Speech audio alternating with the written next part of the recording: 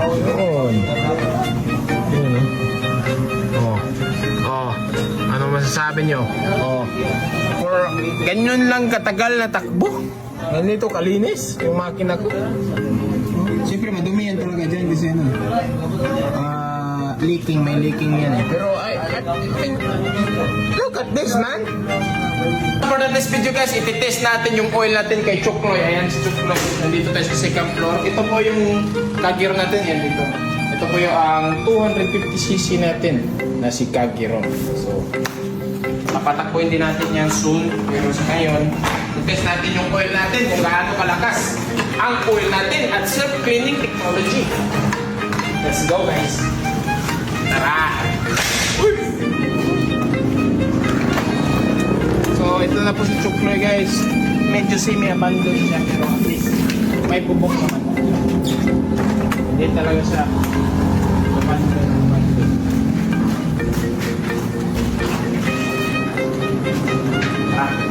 Pakis.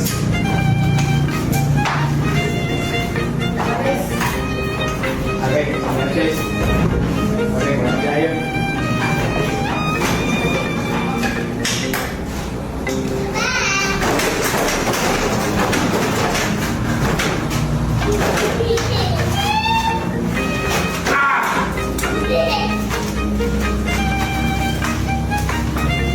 So, first step pa lang.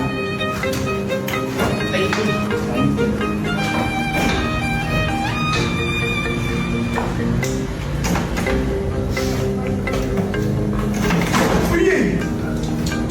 Bayungin mo kami.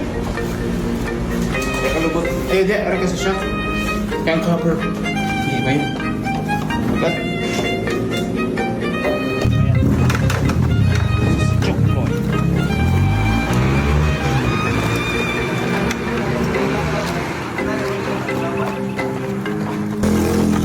So, lagyan natin ng air. Then let's go.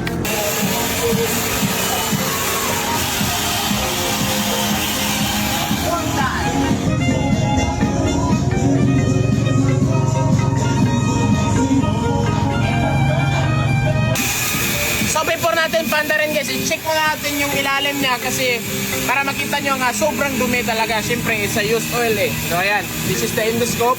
Pasok natin yung ano natin. So as you can see, napaka-dumi ng makina sa ilalim oh. As in dark talaga yan oh. Walang daya yan oh. Oh, pati yung mga bearing oh, yung mga bearing sobrang ano, kasi tambak to oh. Sobrang dumi. So ipapakita ko sa inyo guys na itong oil na to na ginawa natin is a self-cleaning technology. Okay? Gonna use this. Okay? So try natin muna ito. I-dyno muna natin siya. Ilan yung horsepower ni Chukloy. Malalaman na natin for how many years of use ni Gian. And now we're gonna find out how much HP this motherfucker have. Okay? Let's go. So nakita nyo na walang daya yun na sobrang dumi. Nakita ko po ngayon. So nilagyan na niya ng gasolina. Ayan, meron na. Tara, let's go.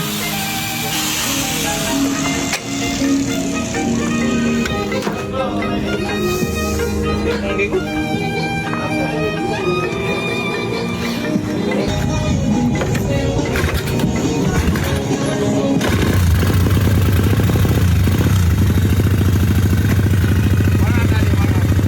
Nakatampak ito na ilang taon eh.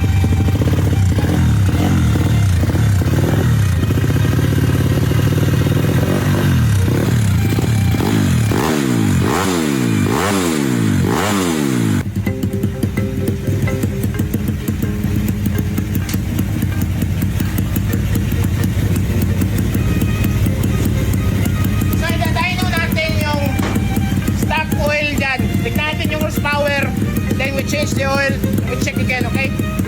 Okay, ito, the best build in my life, ito.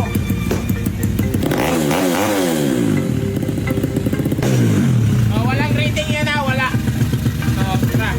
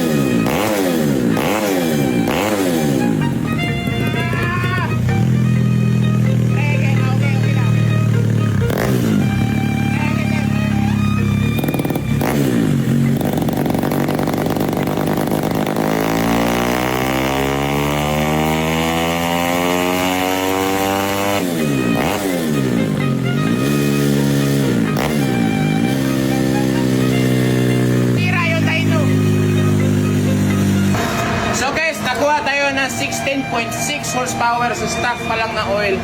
So ayan, nag-error yung dyno natin sa second run. So magra-run tayo ulit, tignan natin yung comparison guys, okay? So i-drain na natin itong oil na to at papalitan natin ng oil natin na Only Power Oil. So ayan, let's go. So ito po yung isasalpak natin dyan na oil guys. Ito ang Only Power Oil natin at tignan natin yung performance ito matic. Let's go. Tara. Yung drain na niya guys. Drain na. So ayan na po yung oil niya. Sobrang yan, ganyan lang. So pagkatapos yan, sasalpak natin to. So let's try this motherfucker. Only Power Oil. Sariling blend to na natin guys ha, sa mga nagtataka dyan. This is based on drag bike guys, sa stress ng makina. So ayan, ganyan yung gagawin natin dito. So nagpa-blend tayo ng sarili nating ingredients guys to secure maximum engine performance and security. Secure yung makina mo, hindi masisira. So ayan, so hindi na siya masyadong mainit. So babaklasin natin, tara, let's go. Ayan guys, ito na po yung Only Power Oil. Try, sasalpak na natin, let's go. Ito guys. Sabi natin. Ito na po yung oil natin. Oh, yes. Ayan o. So, medyo green siya konti guys, pero ayos yan guys. Pag umiinit na to, naging dark green din to. Ayan.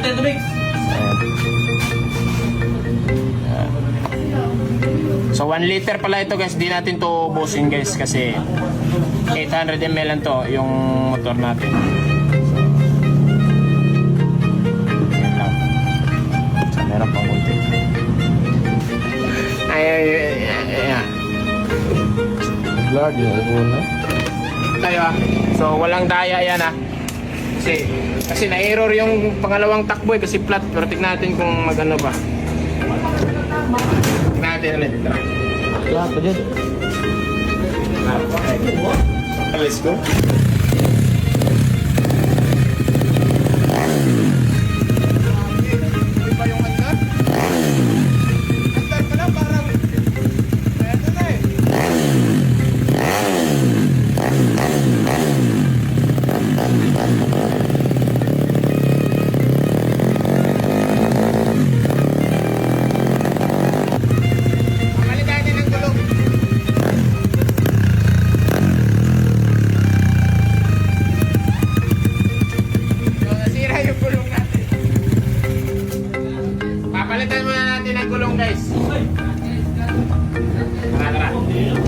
So pinalitan na natin yung rim niya guys. Ito po yung rim niya na old. So pinalitan natin yung temporary kay 2K guys. So tara, let's go.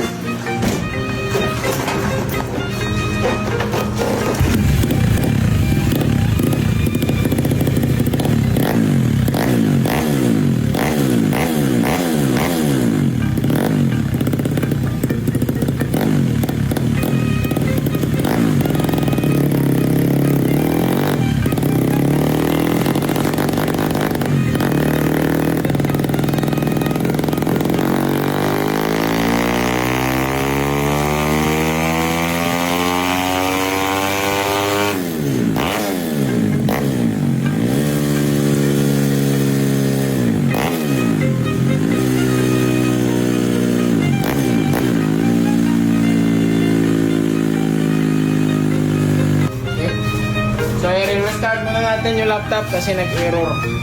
Wait lang kayo dyan. Ilan ka sa akin?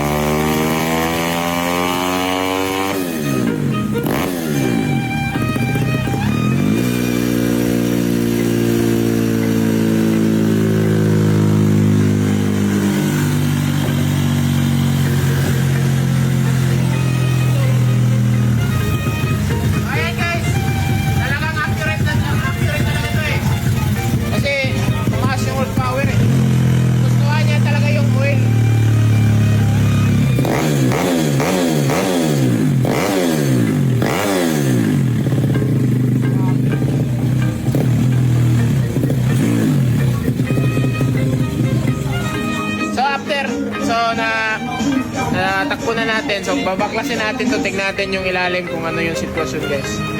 So ayan yung nakuha ng horsepower guys.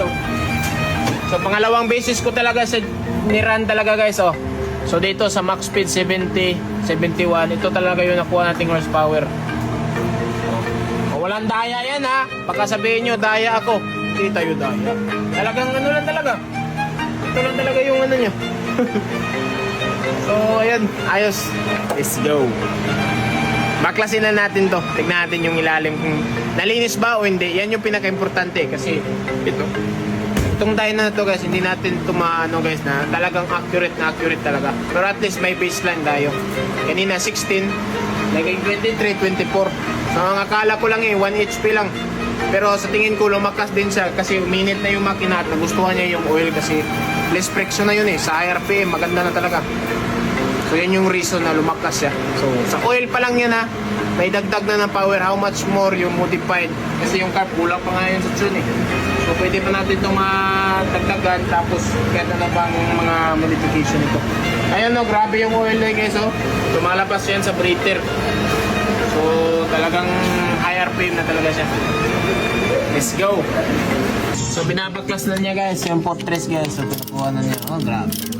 Ang akin sobrang tagal ko na itong high school pa ako nito Ay hindi pala.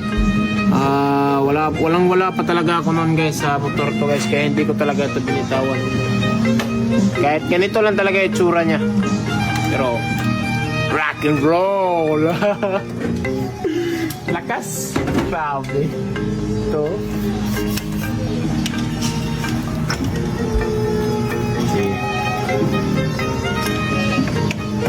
Kailangan na ba nating i-refresh? No, hindi natin to gagalawin. Ganito lang talaga ito for life. So ayan guys, binabaklasan natin yung makina natin para makita natin kung nakalinis ba talaga ito ng ating makina or hindi. Kasi yung point ko dito kasi para makita ko kung naproteksyonan ba talaga niya yung makina natin, ganyan. Pero yung target ko talaga is makalinis pa talaga. Yan kasi yung main purpose, wala yung mga sludge, okay? So ayan guys, tara babaklasin na natin to guys. Nakalinis pa talaga siya ng makina natin. For how many years? Ngayon pa mababaklas ulit.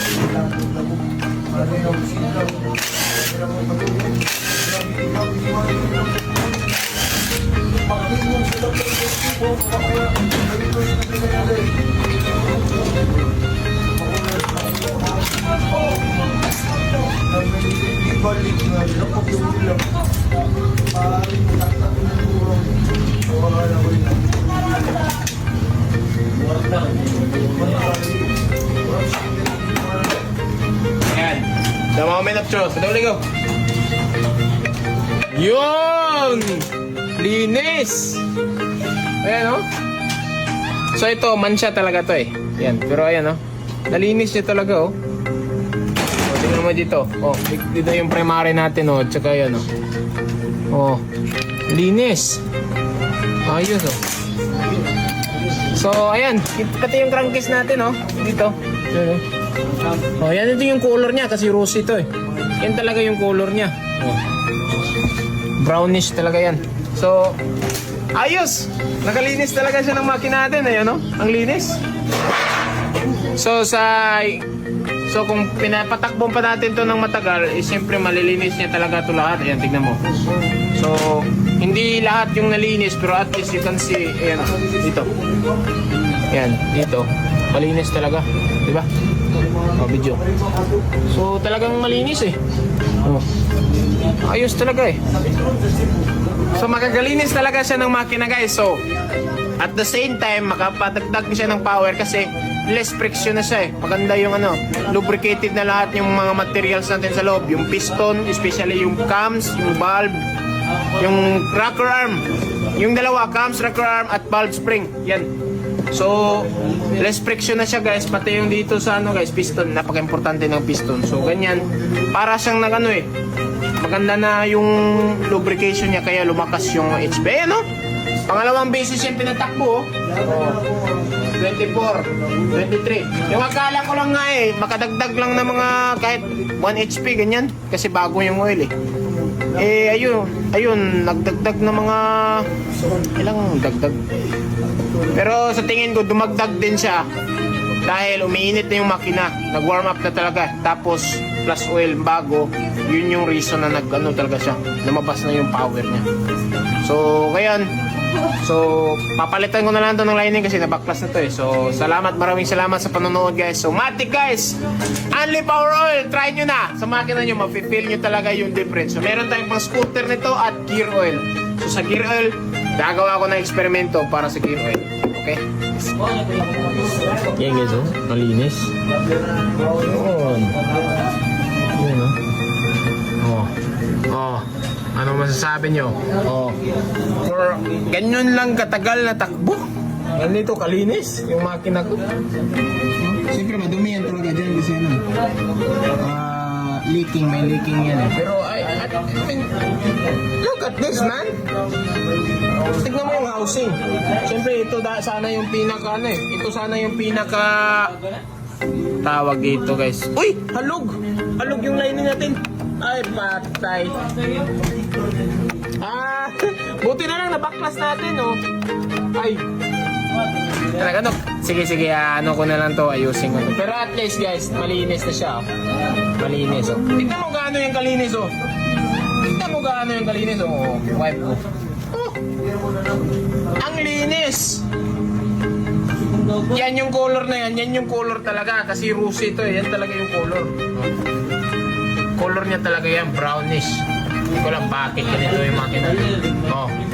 Brownish talaga yan. Hindi yan dirty. Ganyan talaga yan. Pero tignan mo yung housing. Tignan mo. Ayos talaga. Tapos dito, tignan mo sa ilalim mo. Oh, ang linis. Ang linis! Eh, nakatambak to eh. Nakita nyo talaga na nakatambak to. Ha?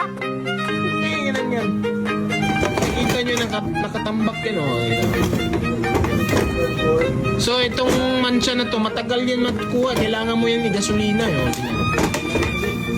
Oh, pero nakuha niya. Oh, dito ang linis. Oh, grabe.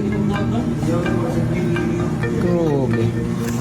So, let's go! So, sa mga gustong bumili ng Only Power Oil, available na po pang scooter, underbone, o kahit anong motor dyan, di cambio or scooter. Meron din tayong gear oil. Ito po yung mga products natin.